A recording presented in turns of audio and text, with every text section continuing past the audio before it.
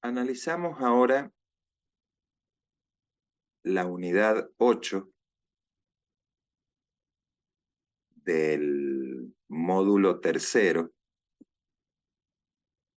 del programa de derechos de las obligaciones en esta modalidad a distancia.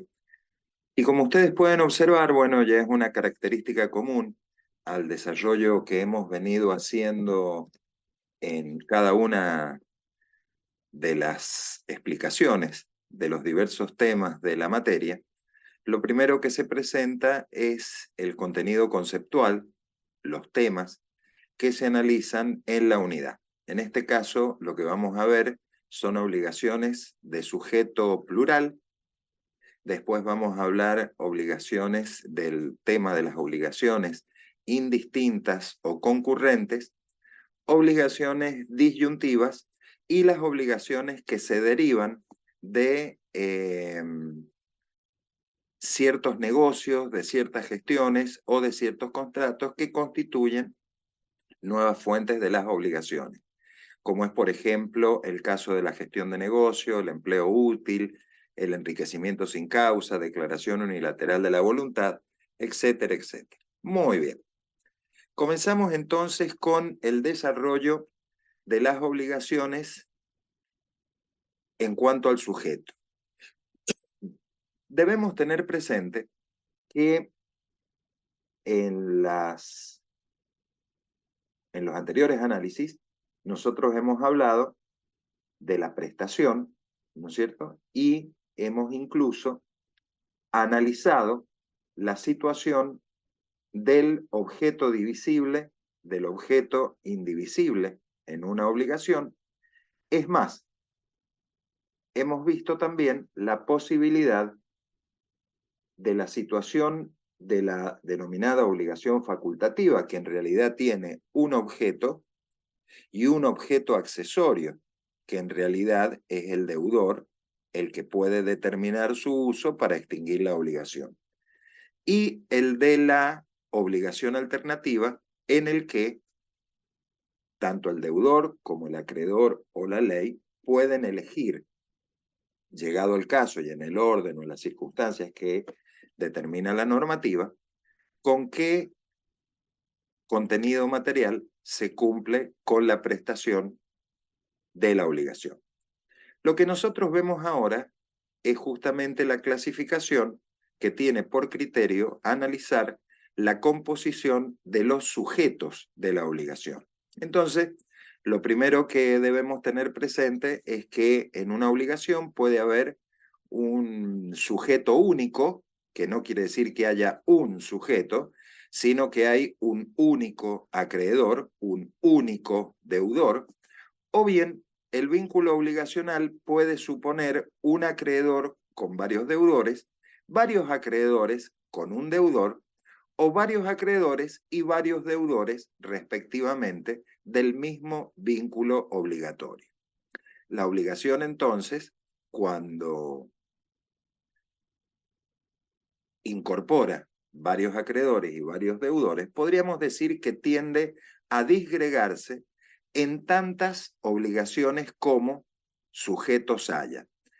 Esto tiene obviamente la limitación de la imposibilidad de fraccionar el comportamiento de cada uno de los sujetos deudores, por ejemplo, por la naturaleza propia de la indivisibilidad del objeto que los une.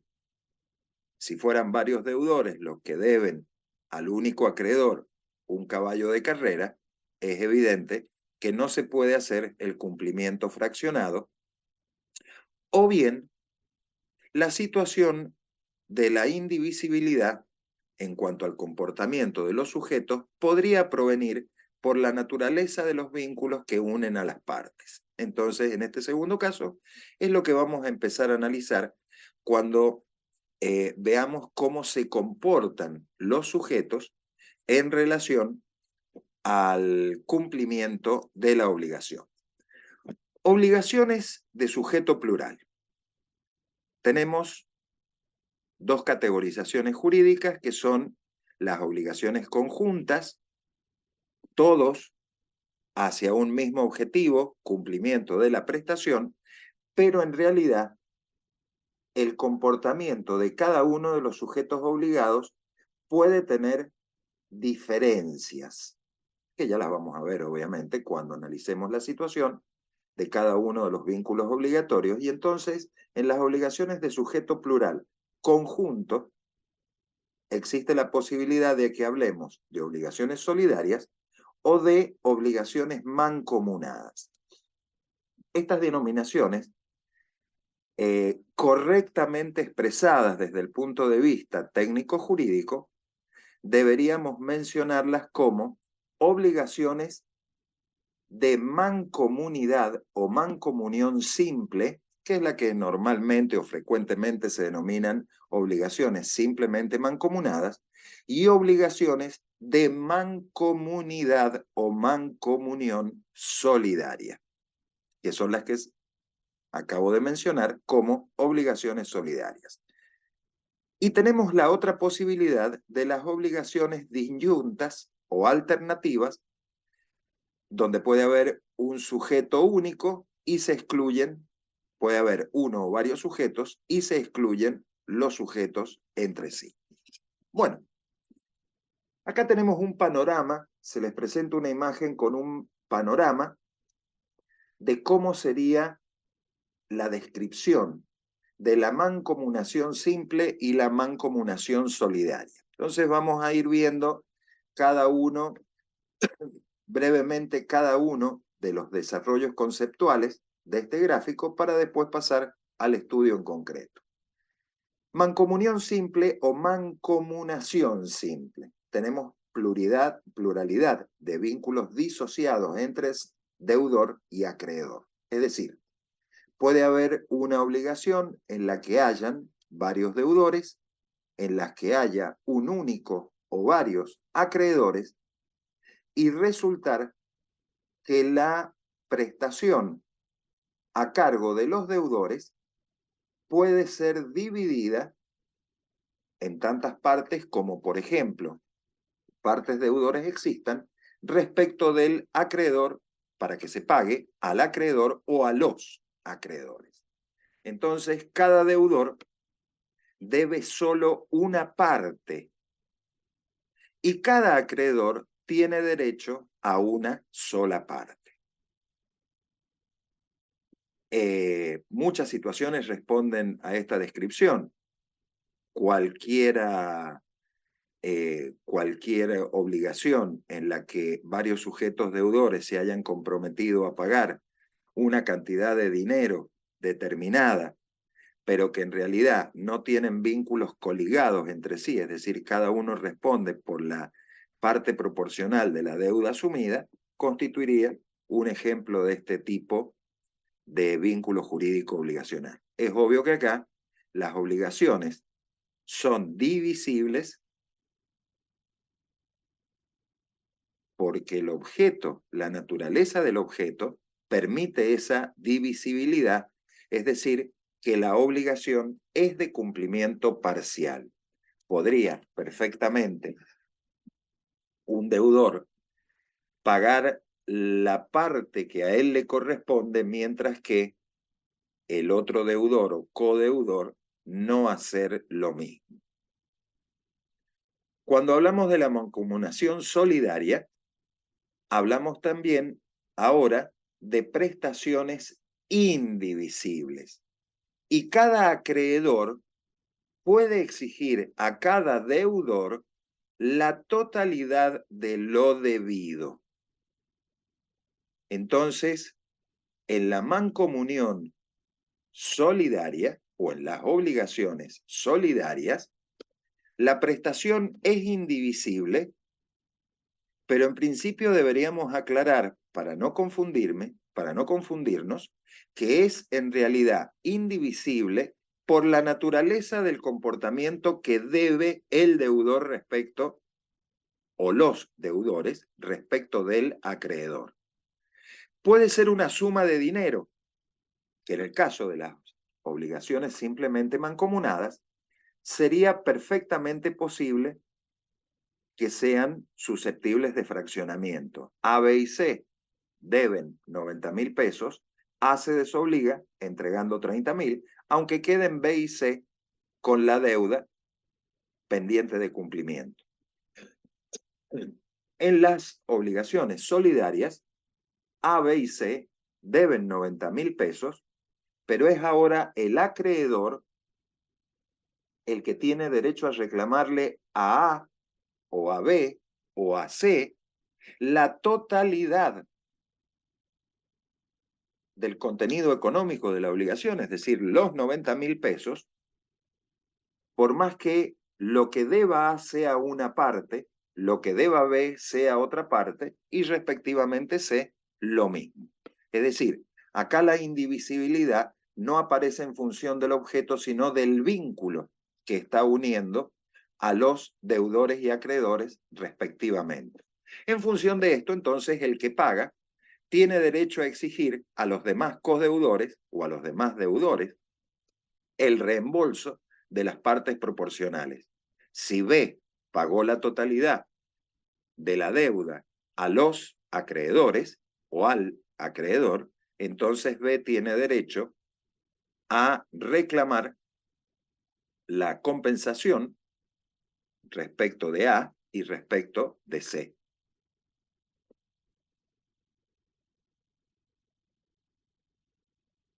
En este caso que yo estoy explicando, que es la situación de normal comportamiento de las obligaciones solidarias, si ustedes se fijan, el pago que hizo uno de los deudores, entonces ahora genera obligaciones indivisibles respecto de los codeudores que no pagaron y que deben, obviamente, su parte proporcional. Y en este caso, la prestación solo puede cumplirse íntegramente, con lo que, aun cuando el objeto sea divisible, el comportamiento del vínculo jurídico que une a los sujetos es el que determina o puede determinar el nacimiento de estas obligaciones indivisibles, es decir, el vínculo solidario. De ahí la importancia de tener presente que muchas veces el comportamiento de los sujetos puede responder a una categorización distinta del vínculo jurídico que los está uniendo frente al acreedor.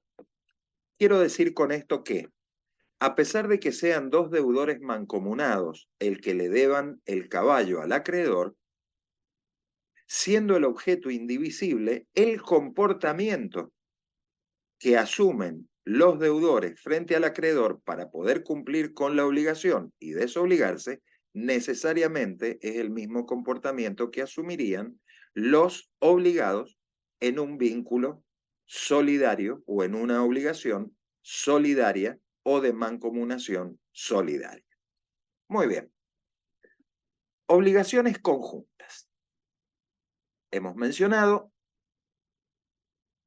que pueden ser obligaciones mancomunadas y en este caso podríamos decir que dentro de las obligaciones mancomunadas nosotros tenemos lo que se denomina pluralidad de vínculos disociados.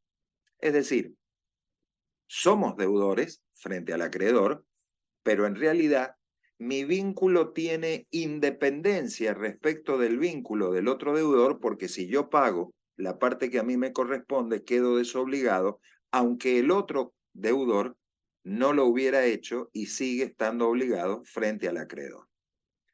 En cambio, cuando nosotros hablamos de las obligaciones solidarias, seguimos dentro del ámbito de la obligación de sujeto plural y de obligaciones conjuntas, pero ahora hablamos de solidaridad, tenemos pluralidad de vínculos que se encuentran coligados entre sí, lo que significaría que a pesar de que yo puedo deber una parte del contenido de la prestación, frente al acreedor, cualquiera de los sujetos obligados debe el total.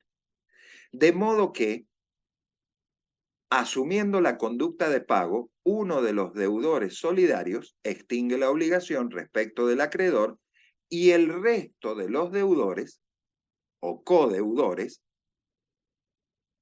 ahora son deudores del deudor que pagó la obligación.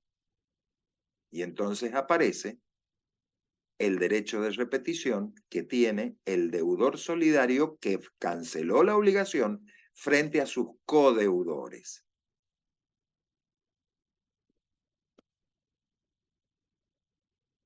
En ambas obligaciones, ¿no es cierto?, tenemos unidad de objeto, tanto que la obligación sea mancomunada, la obligación sea solidaria, es evidente que hay una unidad de objeto, y además ese objeto puede ser divisible o indivisible.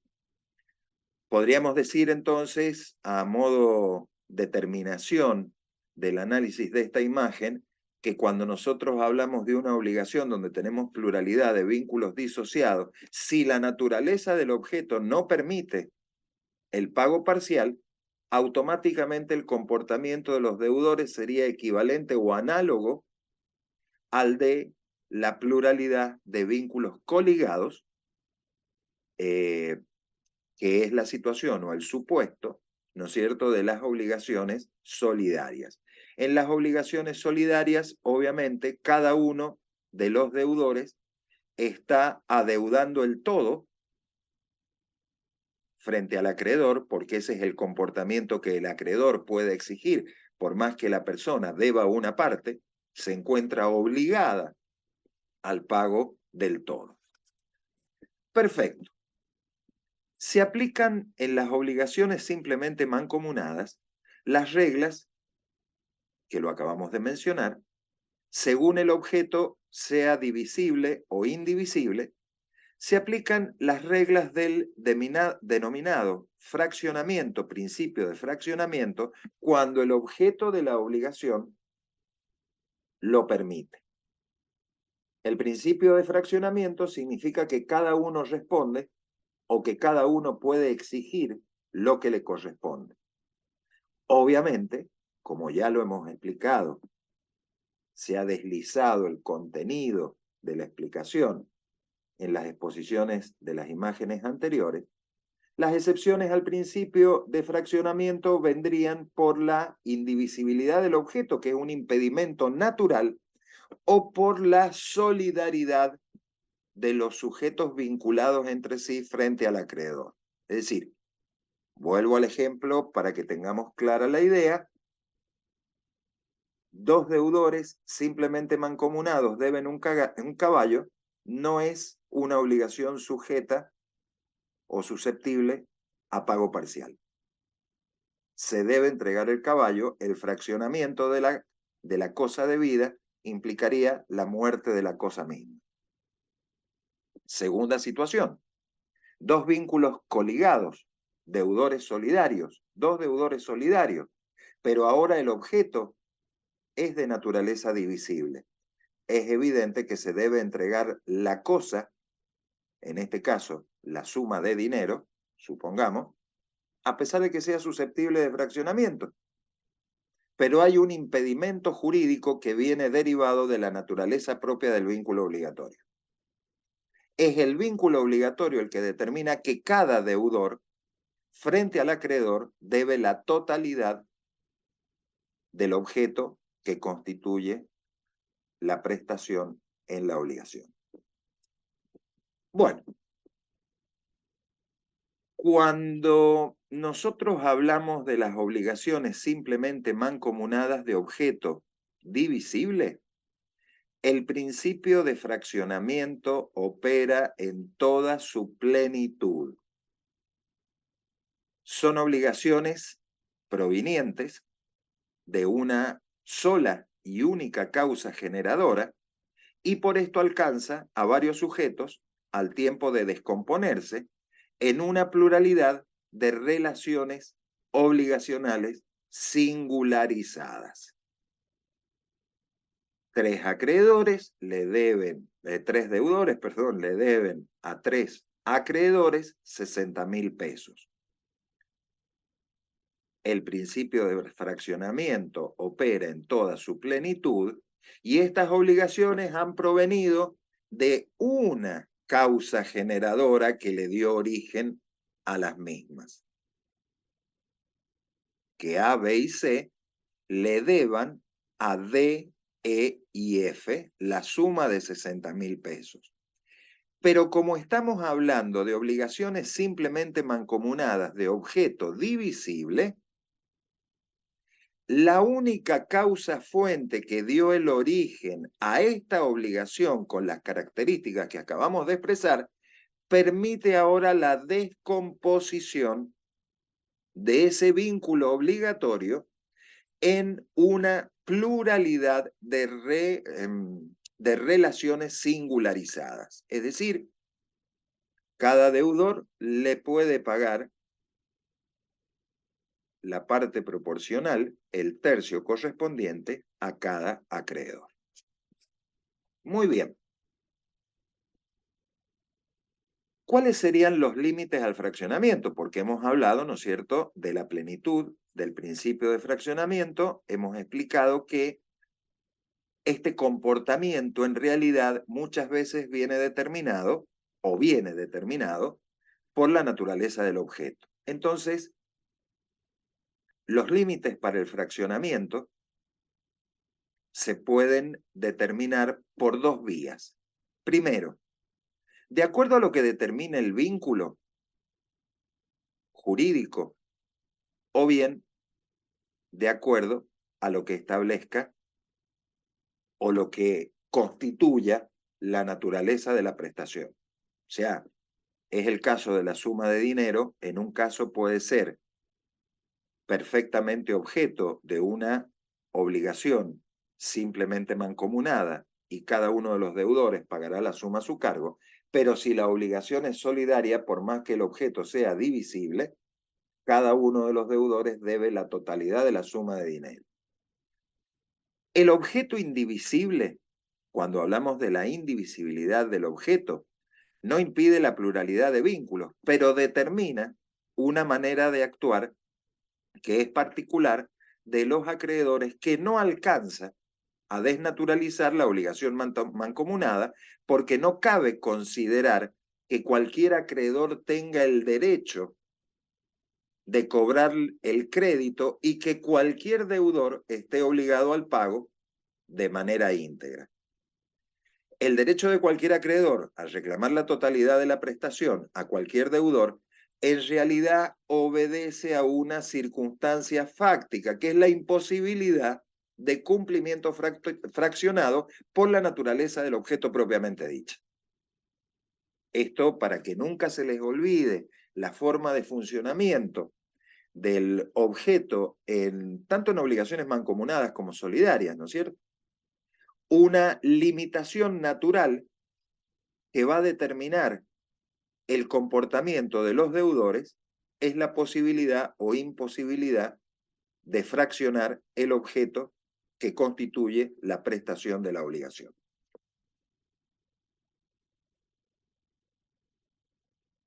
En caso de que las obligaciones mancomunadas fueran indivisibles por la naturaleza del objeto, es obvio que el régimen legal va a coincidir con el régimen de las obligaciones indivisibles.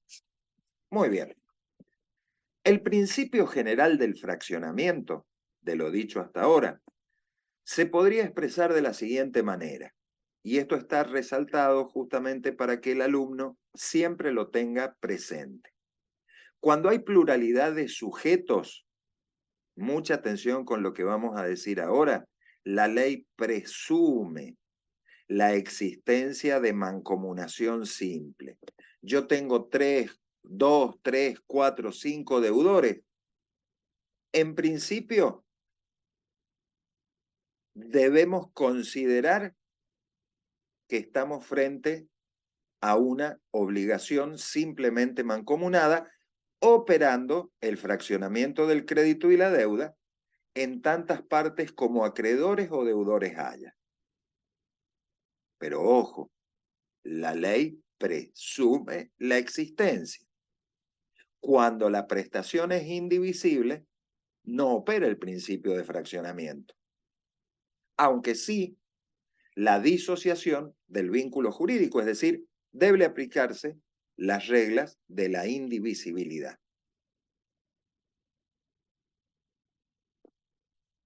Bien.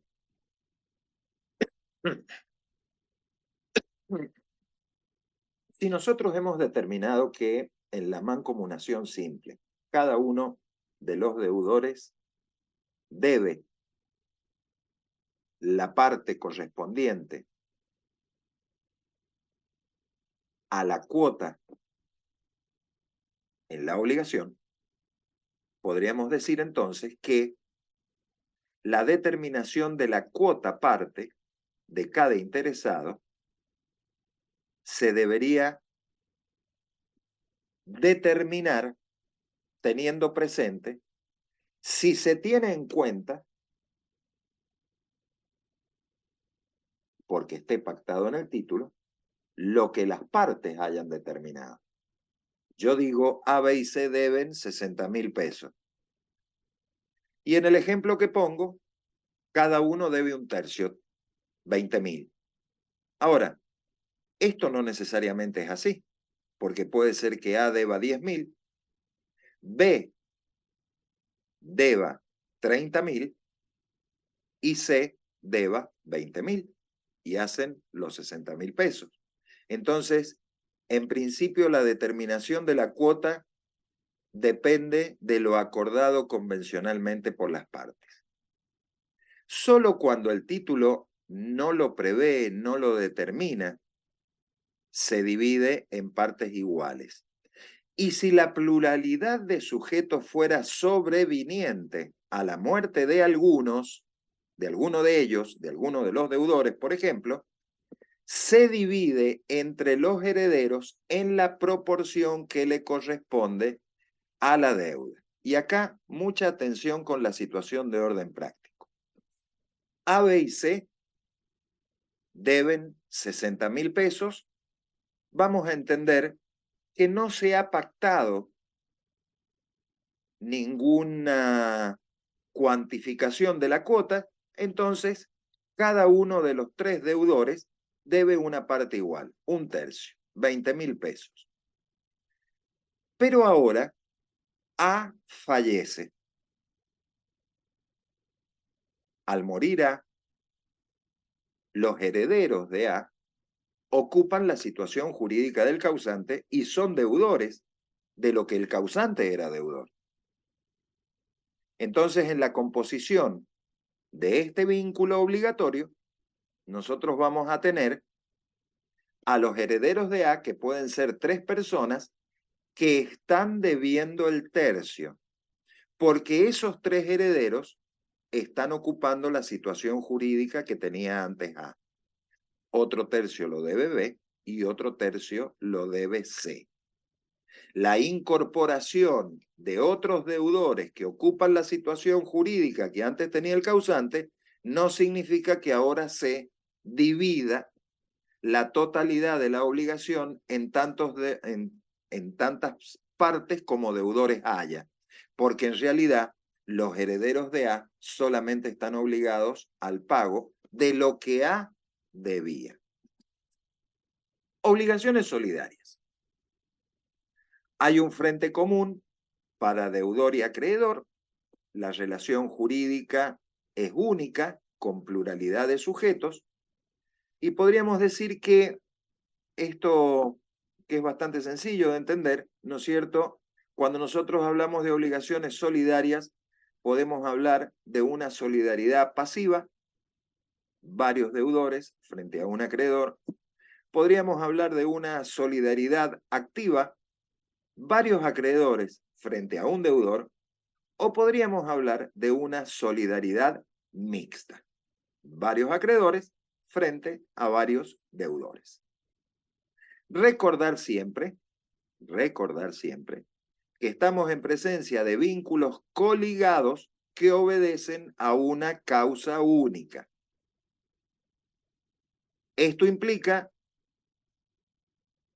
que cuando un deudor paga la totalidad, a un acreedor, se extingue la totalidad del vínculo y se propagan los efectos de la extinción respectivamente y en la forma que la ley lo establezca respecto de los deudores o los codeudores solidarios y los acreedores solidarios. ¿Cuál sería la fuente de la solidaridad? Esto también es muy importante tenerlo presente. Primero, la convencionalidad o la voluntad de las partes. Segundo, la ley. Cuando hablamos de ley, ¿no es cierto? Nos estamos refiriendo en la solidaridad pasiva, por ejemplo, el acto ilícito o la situación de ciertos contratos, como sería, por ejemplo, el contrato de comodato, el contrato de fianza, el contrato de condominio o la situación de los títulos de crédito, que las vamos a ir viendo, vamos a hacer referencia a ellas en el desarrollo de esta unidad. Bueno, características de la obligación solidaria: pluralidad de sujetos y, dentro de la pluralidad de sujetos, la exigibilidad total. Es decir, lo primero que hay que tener en cuenta es que si yo estoy invocando la existencia de una obligación solidaria, debo demostrar que la obligación es solidaria. La solidaridad en obligaciones no se presume. Y si hubiera duda, recordemos que la ley presume que las obligaciones son simplemente mancomunadas. Por eso, el carácter es un rasgo característico de las obligaciones solidarias, el carácter expreso de la solidaridad, y en caso de duda rige el principio del favor debitoris, es decir, estar a favor del deudor y considerar que los vínculos no son coligados, sino simplemente mancomunados. No estamos ante una obligación solidaria, sino ante una obligación simplemente mancomunada. Unidad de objeto puede ser de hacer cuando se trata de actuaciones que sean fungibles.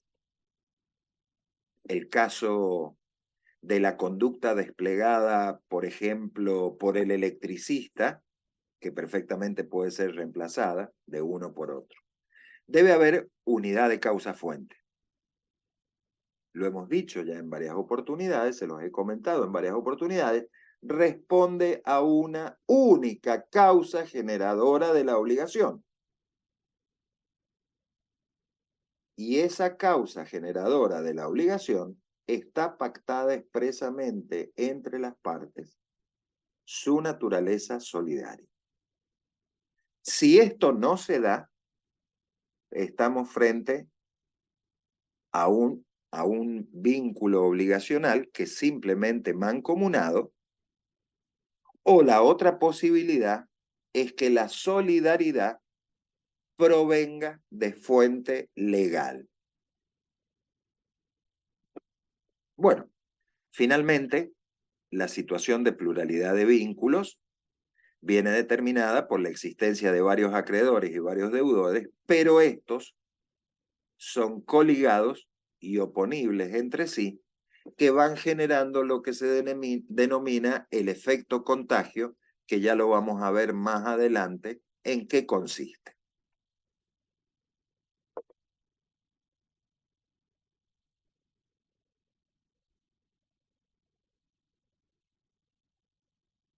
Solidaridad activa.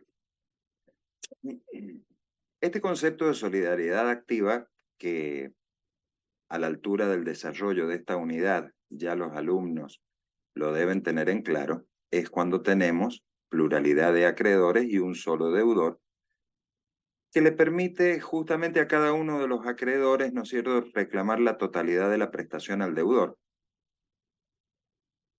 Obviamente, la circunstancia jurídica de que el deudor pague a uno de ellos lo libera del pago de la obligación, por más que hubieran otros coacreedores. ¿En dónde radica la importancia?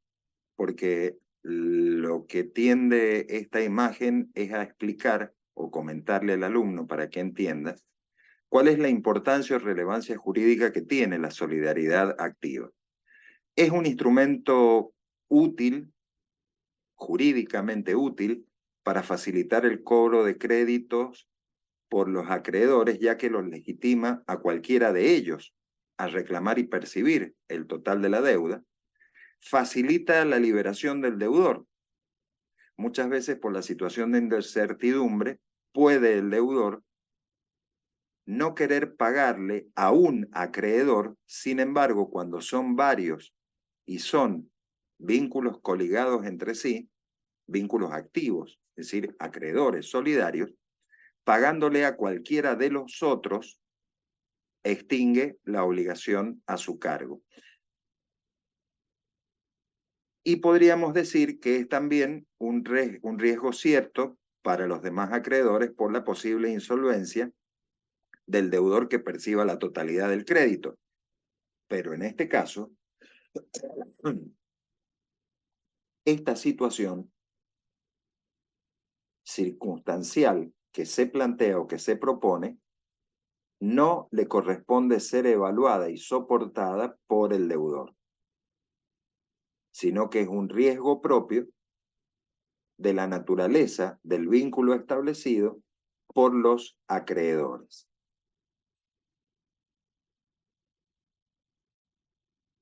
Solidaridad pasiva.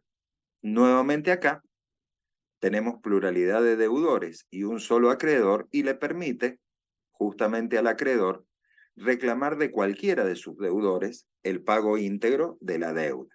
Bueno, en este caso también vemos la importancia o relevancia que tiene la solidaridad pasiva porque actúa directamente en el plano de las garantías personales, potenciando su valor como instrumento de crédito.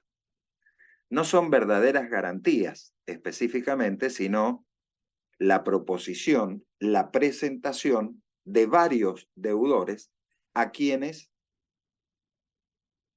por la voluntad del acreedor, él puede decidir a cuál de ellos cobrarle. Es una forma anómala, entonces, o heterodoxa de garantía. Esto lo podríamos graficar, ¿no es cierto?, con el ejemplo, supongamos, de la garantía propia de algunas relaciones contractuales, como podría ser, no sé, supongamos la compra de, o la toma del servicio de una tarjeta de crédito. Normalmente aparece, si bien el titular puede ser el marido o la mujer indistintamente, aparece como codeudor el otro cónyuge. Pero en realidad la tarjeta de crédito está a nombre del titular. ¿Qué es lo que pasa? Que desde el punto de vista del comportamiento, del pago de las deudas en la sociedad conyugal, es el cónyuge deudor el que responde con sus bienes propios y los bienes gananciales, pero no se responde con los bienes propios del otro contrayente. De esta manera, incluyéndolos a los dos contrayentes como deudores, se extiende una garantía a la totalidad de los bienes de la sociedad conyugal. Bueno, también le permite reclamar al acreedor el cumplimiento íntegro de la prestación a cualquiera de los deudores, incluso, y esto explica que la solidaridad pasiva, por ejemplo, haya sustituido a la fianza en la práctica comercial y bancaria, ya que es una garantía mucho más adecuada, porque cuando yo en un contrato coloco codeudores y no un deudor y un fiador, el codeudor responde porque es un obligado principal, mientras que el fiador es un accesorio. Debe primero, si la fianza es simple, actuar ejecutándolo al deudor principal y solo en el caso de que esté frustrada esa ejecución, iniciar la ejecución contra el fiador. Los codeudores solidarios, en este mismo orden de ideas que estoy expresando, los codeudores solidarios no gozan del beneficio de excusión que tiene, por ejemplo, el fiador. Y tampoco es necesario demandar previamente al deudor principal. Es decir, todo cierra en una simplificación en la que yo al fiador lo coloco en la situación de ser un deudor más solidariamente obligado con el otro deudor frente al acreedor. Bueno, solidaridad mixta. Acá tenemos pluralidad de acreedores y deudores y en caso de que se haya pactado la solidaridad mixta de uno de los polos, es decir, solidaridad mixta activa o pasiva, en nuestro derecho, no provoca la solidaridad del otro polo. Es decir, la solidaridad tiene un carácter que es siempre excepcional y de interpretación restrictiva. En las obligaciones recíprocas son las que nacen, por ejemplo, de contratos bilaterales. Vamos a poner el ejemplo del contrato de compraventa para hacer el desarrollo de esta imagen. Deben prevalecer otras reglas que se encuentran vinculadas al intercambio propio de dicha especie, es decir, cada parte puede negarse a pagar si correlativamente la otra parte no ha cumplido con la prestación a su cargo. El mismo principio debe jugar igualmente cuando la parte comprende a varios sujetos, por lo que el deudor solidario, que en representación del grupo paga toda la deuda, se le debe reconocer la facultad de exigir la contraprestación. Esta regla obviamente no se aplica, ¿verdad?, cuando la obligación a cargo que le corresponde, que pesa sobre el deudor, es una obligación a plazo vencido y el plazo todavía no ha sido cumplido. Bueno, ahora, si nosotros analizamos los textos normativos, artículo 827, 829 del Código Civil, el artículo 827 nos va a empezar a decir o nos va a recordar el análisis que hemos hecho de las figuras jurídicas en esta parte del desarrollo de la unidad. Hay solidaridad en las obligaciones con pluralidad de sujetos y originadas en una causa única. Cuando en razón del título constitutivo, recordar esta expresión, título constitutivo o la ley, su cumplimiento total puede exigirse a cualquiera de los deudores por cualquiera de los acreedores. La norma entonces nos está determinando dos situaciones de fuente de la solidaridad, de los vínculos coligados que pueden ser tanto activos como pasivos, y nos está diciendo como primera fuente el título constitutivo, entre paréntesis, voluntad de las partes. Segunda fuente, la ley, la disposición legal. De ahí que el artículo 828 dice que la solidaridad no se presume o establece que la solidaridad no se presume y debe surgir inequívocamente de la ley o del título constitutivo de la obligación. Y el 829 establece que con sujeción a lo dispuesto en el parágrafo y en los dos siguientes se considera que cada uno de los codeudores solidarios en la solidaridad pasiva y cada uno de los acreedores en la solidaridad activa representan a los demás en los actos que realizan como tal. Esto lo podríamos ejemplificar de una manera muy sencilla. Si nosotros tenemos un vínculo solidario coligado, o sea, un vínculo coligado, una solidaridad mixta, donde tenemos varios deudores y varios acreedores, donde uno de los deudores ha pagado la totalidad de la deuda, está representando como pagador a la totalidad del resto de sus codeudores coligados o de los codeudores coligados.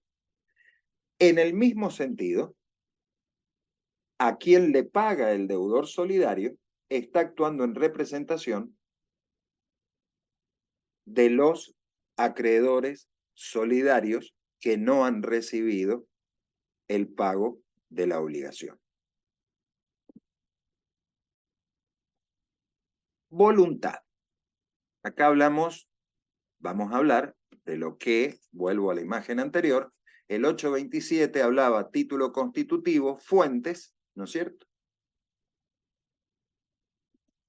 Y empezamos ahora con la voluntad. Esta deriva del principio de autonomía, de la voluntad, ¿no es cierto? Y es la fuente más importante y más antigua de la solidaridad.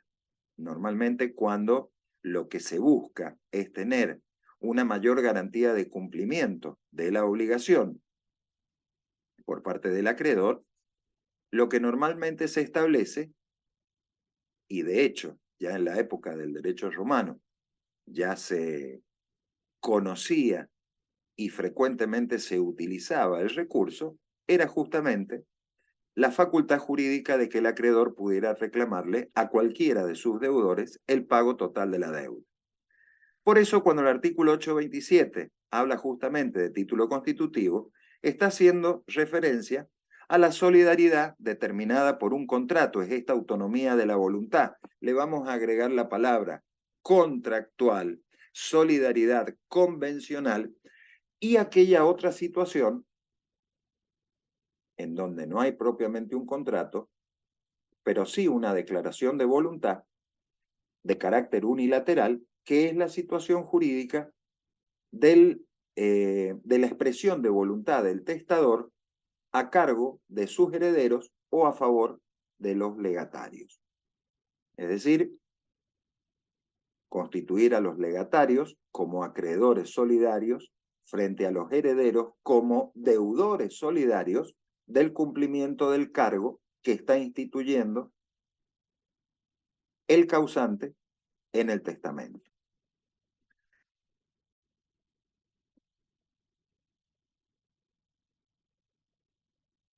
Bueno, ahora lo que nos toca analizar es justamente, o comentar, es justamente la ley como fuente de solidaridad. Podríamos decir, y esta es una situación que muy frecuentemente expresa la doctrina, que una de las circunstancias en la que normalmente se expresa o se representa la solidaridad pasiva viene determinada por la existencia de actos ilícitos. Los que participan en un delito como autor o como autores responden solidariamente ante la víctima por la reparación de daño. Igualmente en los ilícitos culposos. Si bien cuando nosotros hablamos del delito nos estamos refiriendo al delito civil, ¿verdad? Podemos añadir en el comentario de este apartado otras situaciones donde también se encuentra la solidaridad por la existencia de la ilicitud o el incumplimiento de la ley hecha por los otorgantes de actos jurídicos. Por ejemplo, la situación de fraude del deudor o la situación de fraude a la ley, la situación de quienes simulan de modo ilícito para perjudicar los derechos de sus acreedores, ya que en ambos casos, más allá del ejercicio de la acción de inoponibilidad que le corresponde al acreedor frente al acto fraudulento realizado por el deudor, el efecto de la inoponibilidad del acto fraudulento no excluye la posibilidad también de la ejecución de la deuda respecto de aquellos que fraudulentamente participaron en los actos de defraudación en perjuicio de los acreedores. La solidaridad pasiva de quien defrauda y de quienes colaboran con ese fraude, es decir, que participan del concilio fraudulento, genera una solidaridad pasiva. En la misma situación, cuando la simulación es ilícita, los acreedores que han ejercido la acción de simulación y han determinado o han logrado, ¿no es cierto?, conseguir la nulidad del acto simulado, ponen en evidencia la conducta del deudor que ha buscado entorpecer mediante el encubrimiento del acto jurídico real o mediante más que el acto jurídico real, el acto jurídico aparente para frustrar los derechos del acreedor, pero la ley determina una sanción, y es que tanto el que simuló como los que contrataron de mala fe son solidariamente responsables frente al acreedor. Bueno, en el caso del mandato, la obligación de varios mandantes con respecto al mandatario instituido para un negocio común es de carácter solidario.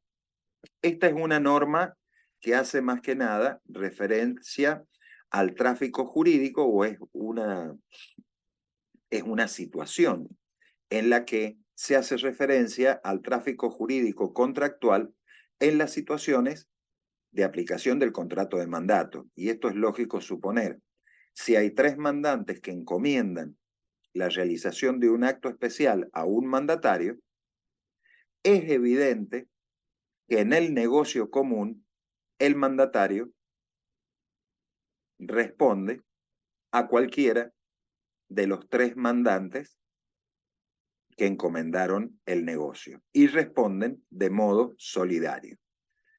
En el caso del contrato de comodato, para que recuerden, contrato de comodato es cuando una de las partes entrega el uso y goce de una cosa a otra, que es el denominado comodatario. Comodante entrega, comodatario es la persona que recibe la cosa en comodato.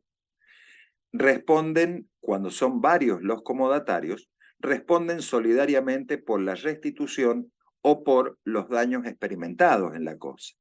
Y bueno, acá la situación es bastante fácil de ser entendida.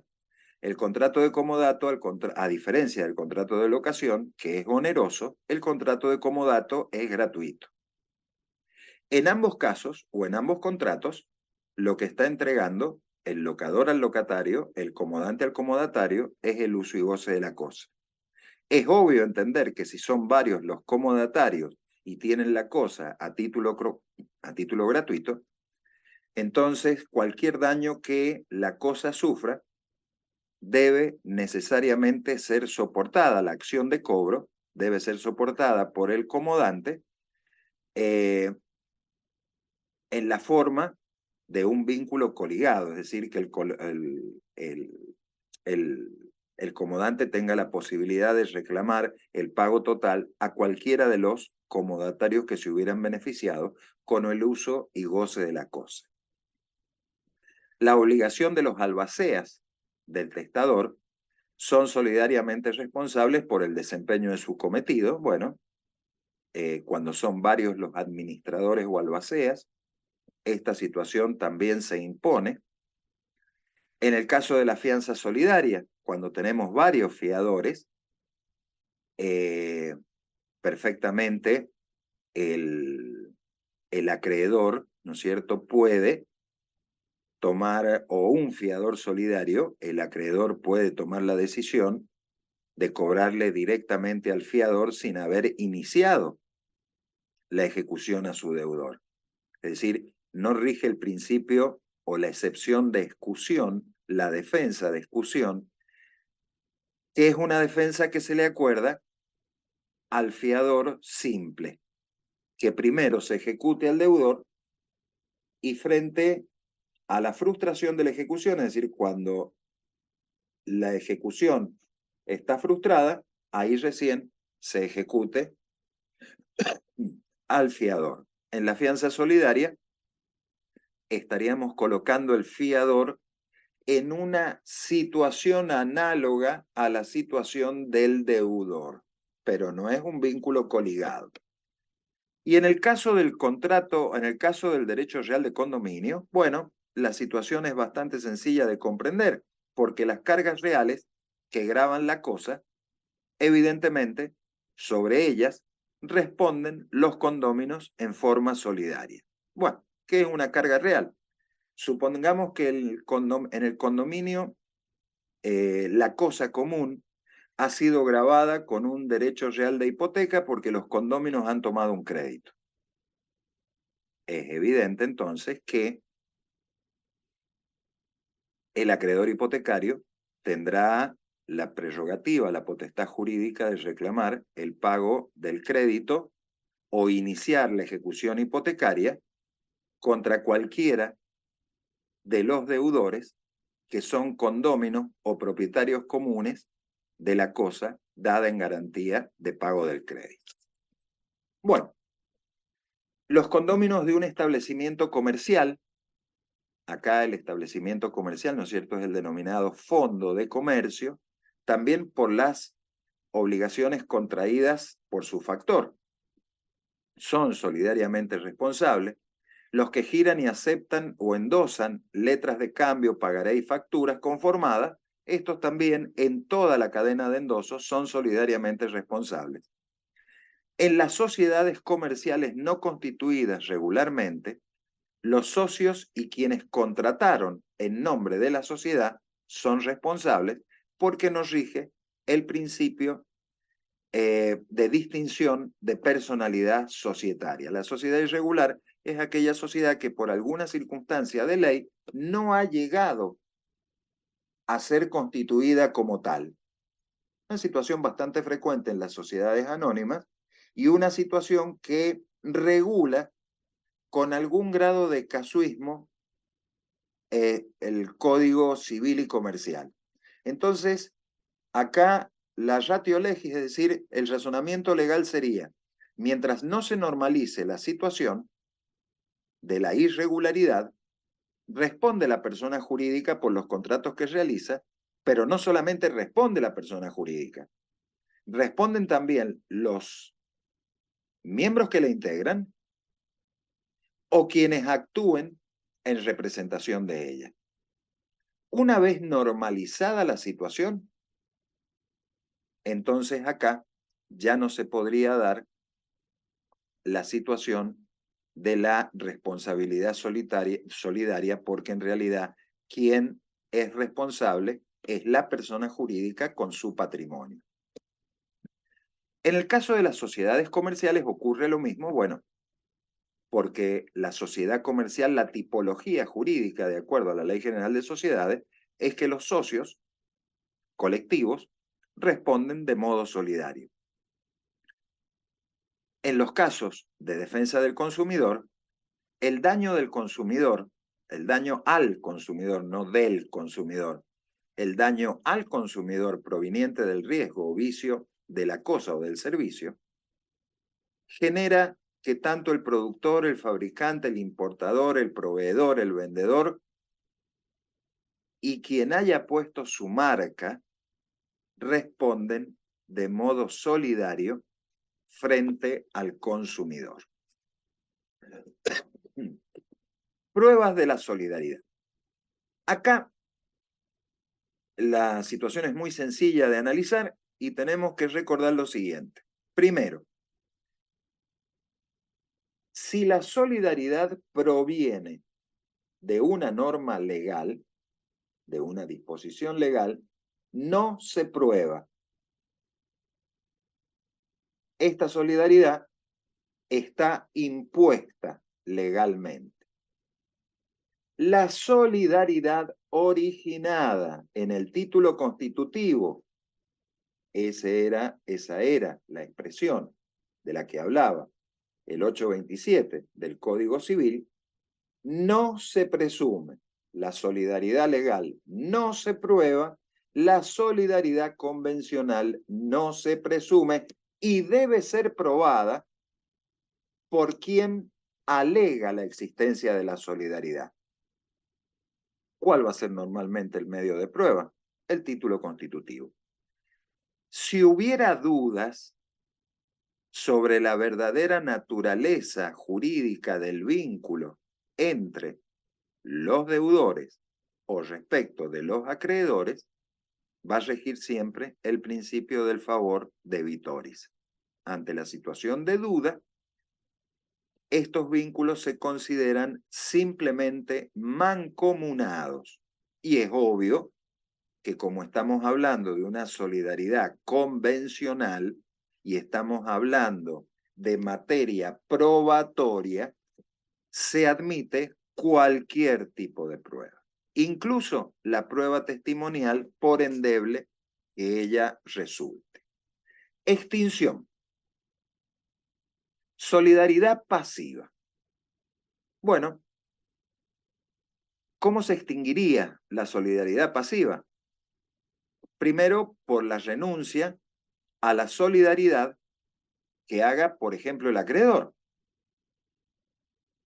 Y entonces, si nosotros tenemos una solidaridad, un vínculo obligacional donde existe una solidaridad pasiva, A, B y C le deben 60.000 pesos, 20.000 cada uno, ¿no es cierto?, a X persona. Pero X persona dice, respecto de A, que es alguien a quien yo conozco, yo a él en realidad no lo voy a tratar como un deudor solidario. Respecto de él, renuncio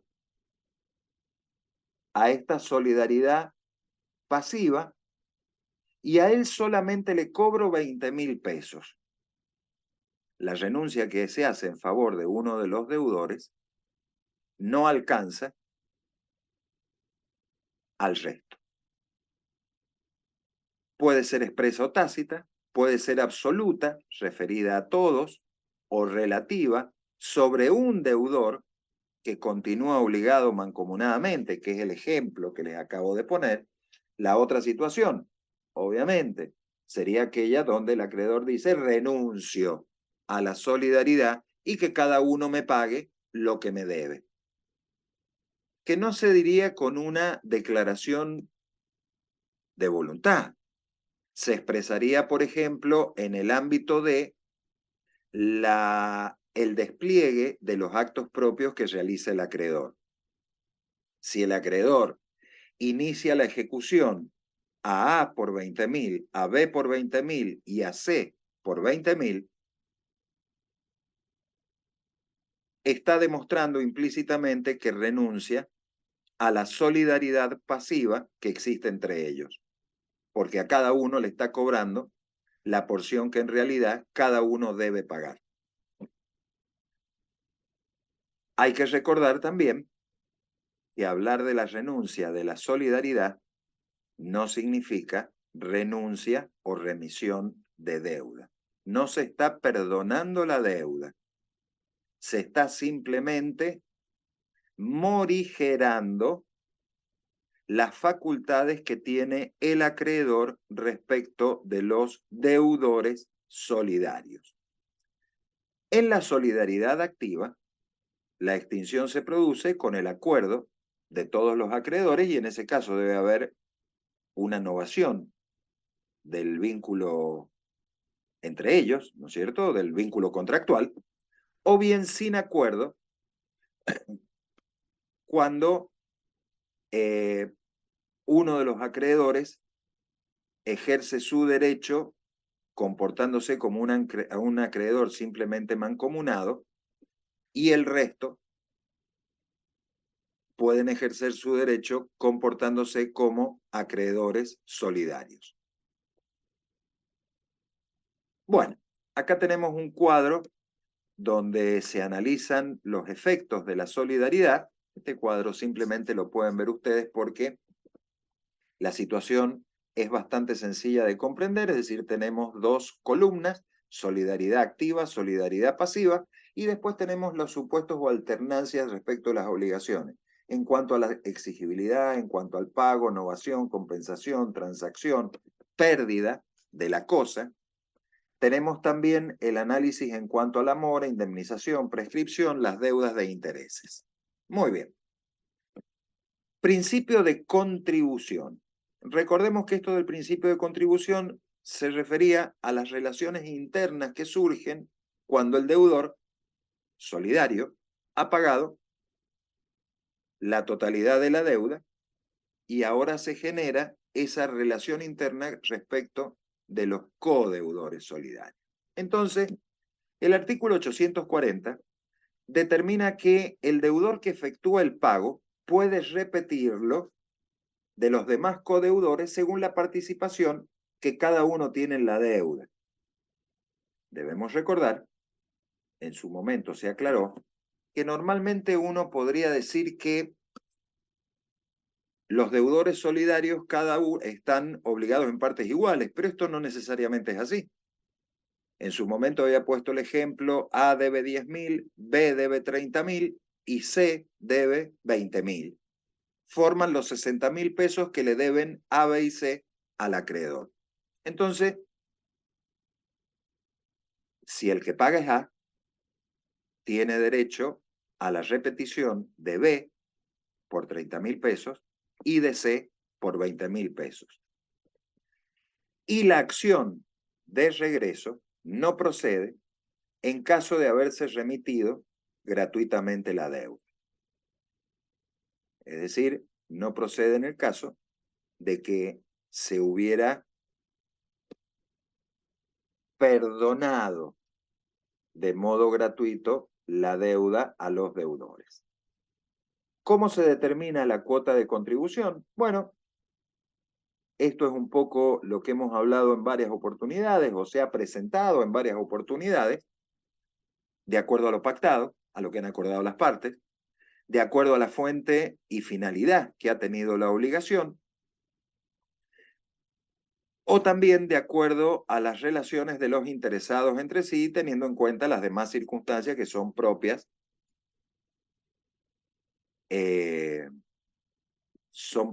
de la naturaleza de las relaciones que dieron origen al contrato del cual han nacido estas obligaciones que son solidarias. Por último, esto es importante tenerlo presente, que cuando por la aplicación de los criterios anteriores no es posible determinar las cuotas de distribución, es decir, no podemos llegar en forma clara a establecer cuál es el porcentaje de lo que debe pagar cada uno, se entiende que las cuotas de contribución son partes iguales o equivalentes. Caso de insolvencia. La cuota que corresponde a los codeudores insolventes es cubierta por los otros obligados. Cuando nosotros hablamos de la solidaridad pasiva, el acreedor tiene la facultad de elegir a cualquiera de los deudores solidarios. Es obvio que cuando inicie la ejecución de la obligación no va a elegir al deudor insolvente. Va a iniciar la acción de cobro de la obligación frente al deudor solvente. La cuota de contribución que este deudor que soportó la totalidad de la deuda debe, entonces ahora debe ser cubierta por el resto o por todos los obligados solidarios. La insolvencia de uno de los codeudores solidarios perjudica al resto de los codeudores que son solventes. Y en caso de muerte de un deudor, la deuda ingresa en la masa indivisa y entonces cualquiera de los acreedores puede oponerse a que los bienes que se entreguen, esto es una norma que ya es propia del derecho sucesorio, puede oponerse a que los bienes que se entreguen a los herederos o a los legatarios sin haber sido previamente pagada la deuda al acreedor solidario. Bueno, esto es un principio que es básico, ¿no es cierto? Porque justamente en materia de derecho sucesorio, a la muerte del causante, aparece la situación de las deudas dejadas por el causante y de las deudas de los herederos, propiamente dicho. Cuando los bienes ingresan en el patrimonio de los herederos, se produciría una confusión patrimonial y entonces, en la muerte del deudor, tiene una preferencia los acreedores del causante, deudor muerto, para cobrarse previamente a que los bienes pasen a la masa patrimonial de cada uno de los herederos, porque ahí se va a producir la confusión patrimonial y entonces se termina la posibilidad de garantía de pago respecto del acreedor. Con esto terminamos la primera parte. En la segunda parte vamos a analizar obligaciones concurrentes.